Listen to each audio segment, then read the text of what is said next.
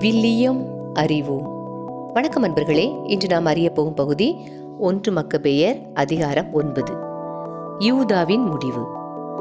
நிக்கானோரும் அவனது படையும் போரில் வீழ்ச்சியுற்றதை தெமேத்திரி கேள்வியுற்ற போது பாக்கீதையும் ஆல்கிமையும் யூதேய நாட்டுக்கு 2ஆம் முறையாக தன் வலப்படை பிரிவோடு அனுப்பினான். அவர்கள் கில்காலுக்கு போகும் வழியாய் சென்று அர்பேலாவில் இருந்த மெசலோத்தை முற்றுகையிட்டார்கள். அதை கைப்பற்றி பலரை கொன்றார்கள். அவர்கள் 152ஆம் ஆண்டு முதல் மாதத்தில் எருசலேமுக்கு எதிரே பாசறை அமைத்தார்கள். அங்கிருந்து புறப்பட்டு 20,000 காலாள்களோடும் 2,000 குதிரை வீரர்களோடும் பெரேயாவுக்கு போனார்கள். எலாசாவில் யூதா பாசறை அமைத்தார். தேர்ந்தெடுத்த வீரர்கள் 3,000 பேர் அவரோடு இருந்தனர். அவர்கள் எதிரி படைகளின் பெரும் கூட்டத்தைக் கண்டு பெரிதும் அஞ்சினார்கள். பலர் பாசறை நின்று ஓடிவிட்டனர். அவர்களுள் 800 பேரை எஞ்சியிருந்தனர். தம் படை சிதறி ஓடியதையும் போர் உடனடியாக நடக்க இருந்ததையும் யூதா கண்டு அவர்களை ஒன்று சேர்ப்பதற்கு நேரம் இல்லாததால் மனமுடைந்து போனார். அவர் மனம் தளர்ந்திருந்த போதிலும் தம்முடன் எஞ்சியிருந்தவர்களை நோக்கி, எழுவோம், நம் பகைவரை எதிர்த்துச் செல்வோம், ஒருவேளை நம்மால் அவர்களை எதிர்த்து போரிட முடியும் என்று முழங்கினார்.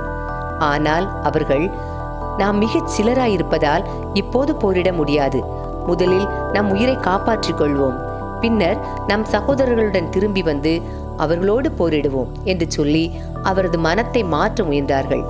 அதற்கு யூதா, அவர்களுக்கு புறமுதுகு காட்டி ஓடுவது என்பது நாம் செய்யக்கூடாத செயல். நமது காலம் வந்திருக்குமானால் நம் உறவின் முறையினருக்காக ஆண்மையுடன் இறப்போம், நமது பெருமைக்கு இழுக்கு ஏற்படாமல் பார்த்து கொள்வோம் என்றார். பாக்கீதின் படையினர் பாசறையை விட்டு புறப்பட்டு தாக்குதலுக்கு ஆயத்தமாக நின்றார்கள். குதிரை வீரர்கள் 2 பிரிவுகளாக பிரிந்தார்கள். கவனெறிவோரும் வில்லாளரும் படைக்கு முன் சென்றார்கள். அவ்வாறே முன்னணி வீரர்கள் எல்லாரும் சென்றார்கள். பாக்கீது வலப்படை பிரிவில் இருந்தான். குதிரைப்படையின் 2 பிரிவுகளுக்கு நடுவே காலாட்படை முன்னேறி செல்ல எக்காளங்கள் முழங்கின. யூதாவின் பக்கம் இருந்தவர்களும் தங்களின் எக்காளங்களை முழங்கினார்கள். படைகளின் இரைச்சலால் நிலம் நடுங்கியது. காலை முதல் மாலை வரை போர் நடந்தது. பாக்கீதும் அவனது வலிமை மிகு படையும் வலப்பக்கத்தில் இருக்க யூதா கண்டார். மன உறுதி கொண்ட அனைவரும் யூதாவோடு சேர்ந்து கொண்டார்கள். வலப்படை பிரிவை முறியடித்து அதை அசோத்து மலை வரை துரத்தி சென்றார்கள். வலப்படை பிரிவு முறியடிக்கப்பட்டதை கண்ட இடப்படை பிரிவு திரும்பி யூதாவையும் அவருடன் இருந்தவர்களையும் நெருங்கி பின்தொடர்ந்து சென்றது. போர் கடுமையாகவே 2 தரப்பிலும் பலர் காயப்பட்டு மடிந்தனர். யூதாவும் மடிந்தார். மற்றவர்கள் தப்பி ஓடிவிட்டார்கள். யோனத்தானும் சீமோனும் தங்கள் சகோதரரான யூதாவை தூக்கி கொண்டு போய் மோதையின் நகரில் தங்கள் மூதாதரின் கல்லறையில் அடக்கம் செய்தார்கள். அவருக்காக அழுதார்கள். இஸ்ரேல் மக்கள் எல்லாரும் அவருக்காக பெரிதும் துயரம் கொண்டாடினார்கள். பல நாள் அழுது புலம்பினார்கள். இஸ்ரேலின் மீட்பராகிய மாவீரர் வீழ்ந்தது எவ்வாறு என்று ஓலமிட்டார்கள். யூதாவின் பிற செயல்கள், போர்கள், தீரச் செயல்கள், பெருமை ஆகியவை மிக பல. ஆகவே அவை எழுதப்படவில்லை. யோனத்தானின் தலைமை. யூதாவின் இறப்புக்கு பின் நெறி கெட்டவர்கள் இஸ்ரேல் எங்கும் தலை தூக்கினார்கள்.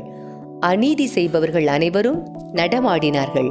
அக்காலத்தில் பெரியதொரு பஞ்சம் ஏற்பட்டதால் நாட்டு மக்கள் அனைவரும் அவர்கள் பக்கம் சேர்ந்து கொண்டார்கள். பாக்கீது இறை பற்றில்லாத மனிதர்களை தேர்ந்து கொண்டு அவர்களை நாட்டுக்கு தலைவர்களாக ஏற்படுத்தினான். அவர்கள் யூதாவின் நண்பர்களை தேடி கண்டுபிடித்து பாக்கீதிடம் அவர்களை அழைத்துச் சென்றார்கள். அவன் அவர்களை பழிவாங்கி எள்ளி நகையாடினான். எனவே இஸ்ரேலில் கடுந்துயர் ஏற்பட்டது. இறைவாக்கினர்களின் காலத்துக்கு பின் அதுவரை அவர்களிடையே இவ்வாறு நேர்ந்ததில்லை. யூதாவின் நண்பர்கள் அனைவரும் ஒன்று கூடி யோனத்தானிடம், உம் சகோதரரான யூதா இறந்தது முதல் நம் எதிரிகளையும் பாக்கீதையும் நம் இனத்தாருக்குள்ளேயே நம்மை பகைக்கிறவர்களையும் எதிர்த்து போராட அவரை ஒத்தவர் ஒருவரும் இல்லை. ஆதலால் நம் போர்களை நடத்தி செல்ல அவருக்கு பதிலாக இன்று உம்மையே எங்கள் தலைவராகவும் வழிகாட்டியாகவும் தேர்ந்து கொண்டோம் என்றார்கள். அப்போது யோனத்தான் தம் சகோதரரான யூதாவுக்கு பதிலாய் தலைமையேற்றார். யோனத்தானின் போர். இதை அறிந்த பாக்கீது அவரை கொல்ல தேடினான். யோனத்தானும் அவருடைய சகோதரரான சீமோனும் அவரோடு இருந்தவர்களும் இதை கேள்வியுற்று தெக்கோவா என்னும் பாலைநிலத்திற்கு ஓடிப்போய் ஆஸ்பார் குளத்து அருகே பாசறை அமைத்தார்கள். இதை ஓய்வு நாளில் அறிய வந்த பாக்கீது தன் படைகள் அனைத்துடன் யோர்தானை கடந்தான். மக்கள் தலைவர் என தம் சகோதரரை தம் நண்பர்களாக்கிய நபத்தேயரிடம் யோனத்தான் அனுப்பி தங்களிடம் இருந்த திரளான பொருட்களை அவர்களுடைய பொருட்களோடு சேர்த்து வைக்கும்படி கேட்கச் செய்தார். அப்போது யாம்பிரியின் மக்கள் மெதாபாவினின்று புறப்பட்டு யோவானையும் அவரிடம் இருந்த அனைத்தையும் கைப்பற்றி சென்றார்கள். இந்நிகழ்ச்சிக்கு பிறகு யாம்பிரியின் மக்கள் சிறப்பானதொரு மணவிழாவை கொண்டாடுகிறார்கள்.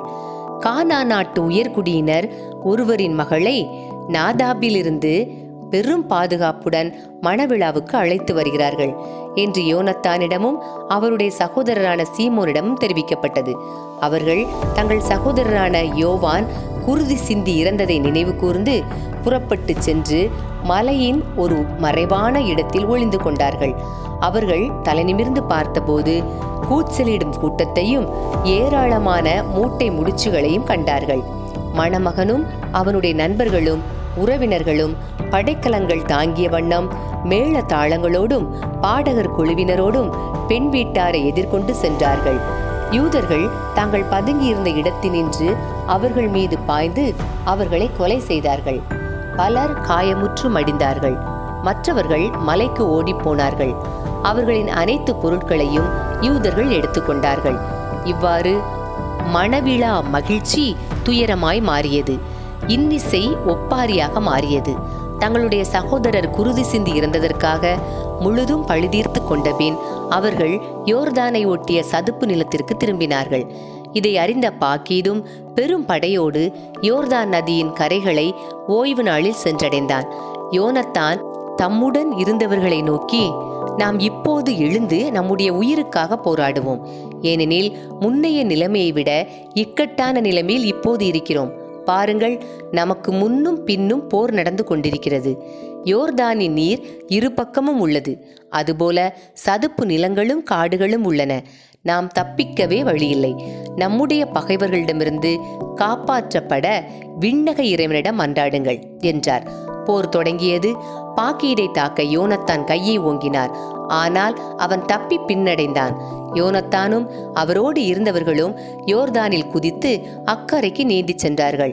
ஆனால் பகைவர்கள் யோர்தானை கடந்து அவர்களை எதிர்த்து வரவில்லை. அன்று பாக்கீதின் படையில் 1000 பேர் மடிந்தனர். பாக்கீது எருசலேம் திரும்பினான். யூதேவியாவில் அரண்சூழ் நகர்களை கட்டினான்.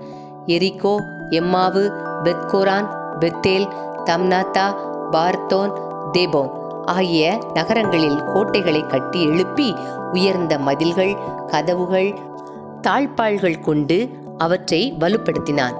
இஸ்ரேலுக்கு தொல்லை கொடுக்க அந்த நகரங்களில் காவற்படையை நிறுவினான்.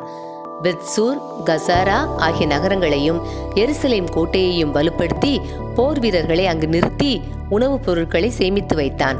நாட்டு தலைவர்களின் மைந்தர்களை பிணை கைதிகளாக்கி அவர்களை எருசலேம் கோட்டையின் காவலில் வைத்தான். 153ஆம் ஆண்டு 2ஆம் மாதம் ஆல்கிம் திருவுறைவிடத்தின் உள்முற்றத்து மதில்களை இடித்து தள்ள கட்டளையிட்டான். இவ்வாறு இறைவாக்கினர்களின் வேலைப்பாடுகளை தகர்த்தெறிய திட்டமிட்டான். அவ்வாறே தகர்த்தெறிய தொடங்கினான். தொடங்கிய அந்த நேரத்திலேயே ஆல்கிம் நோயால் தாக்கப்பட்டான். அவனுடைய வேலைகள் தடைப்பட்டன. அவனது வாய் அடைபட்டது. பக்கவாதத்தால் தாக்குண்டான். அவனால் ஒன்றும் பேச முடியவில்லை.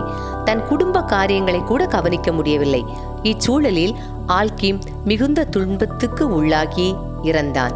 பாக்கீது அவன் இறந்ததை அறிந்து தெமேத்திரி மன்னனிடம் திரும்பினான். யூதேயா நாட்டில் 2 ஆண்டு காலம் அமைதி நிலவியது. நெறிக்கெட்டவர்கள் அனைவரும் சூழ்ச்சி செய்து யோனத்தானும் அவனோடு இருக்கிறவர்களும் அமைதியோடும் பாதுகாப்போடும் வாழ்கிறார்கள். எனவே இப்போது பாக்கீதை அழைத்து வருவோம். அவர் ஒரே இரவில் அவர்கள் எல்லாரையும் சிறைப்பிடிப்பார் என்று சொல்லிக் கொண்டார்கள். உடனே அவர்கள் பாக்கீதிடம் சென்று கலந்து ஆலோசித்தார்கள்.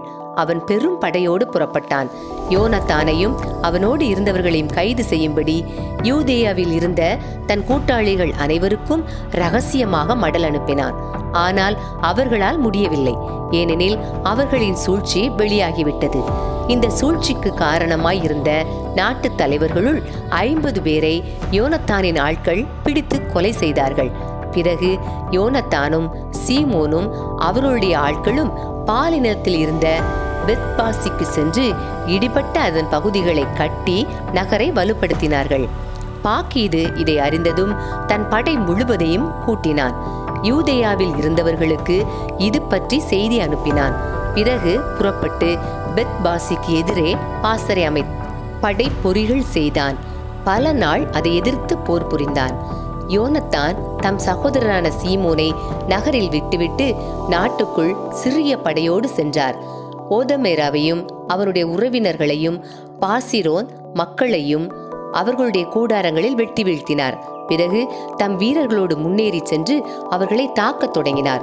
சீமோனும் அவரோடு இருந்தவர்களும் நகரிலிருந்து வெளியே வந்து படைக்கலங்களுக்கு தீ வைத்தார்கள். பாக்கீதை எதிர்த்து போரிட்டு முறியடித்தார்கள். அவனை மிகுந்த துன்பத்துக்கு உட்படுத்தினார்கள். இதனால் அவனுடைய சூழ்ச்சியும் படையெடுப்பும் பயனற்று போயின. ஆகவே அந்நாட்டுக்கு வரும்படி தனக்கு ஆலோசனை கூறியிருந்த நெறிக்கட்டவர்கள் மீது பாக்கீது கடுஞ்சீற்றங்கொண்டு அவர்களுள் பலரை கொன்றான். தானும் தன் நாட்டுக்கு திரும்பி போக முடிவு செய்தான். இதை அறிந்த யோனத்தான் பாக்கீதுடன் சமாதானம் செய்வதற்கும் கைதிகளை அவன் தம்மிடம் ஒப்படைப்பதற்கும் தூதர்களை அனுப்பினான். பாக்கீது அதற்கு இசைந்து அவரது சொற்படியே செய்தான். தன் வாழ்நாள் முழுவதும் அவருக்கு தீங்கிழைக்க முயல்வதில்லை என்று ஆணையிட்டான். தான் யூதேயா நாட்டிலிருந்து முன்பு சிறைப்படுத்தியவர்களை அவரிடம் திரும்ப ஒப்படைத்தான். தன் நாட்டுக்கு திரும்பி வந்த பின் அவர்களின் எல்லைக்குள் அவன் கால் வைக்கவே இல்லை. இவ்வாறு இஸ்ரேலில் போரின்றி அமைதி நிலவியது. யோனத்தான் மிக்மாஸில் குடியேறி மக்களுக்கு நீதி வழங்க தொடங்கினார். இறை பற்றில்லாதவர்களை இஸ்ரேலிலிருந்து அழித்தொழித்தார். அன்பர்களே, இறை வார்த்தையோடு பயணித்தோம். இறைவனோடு நம் பயணத்தை தொடர்வோம்.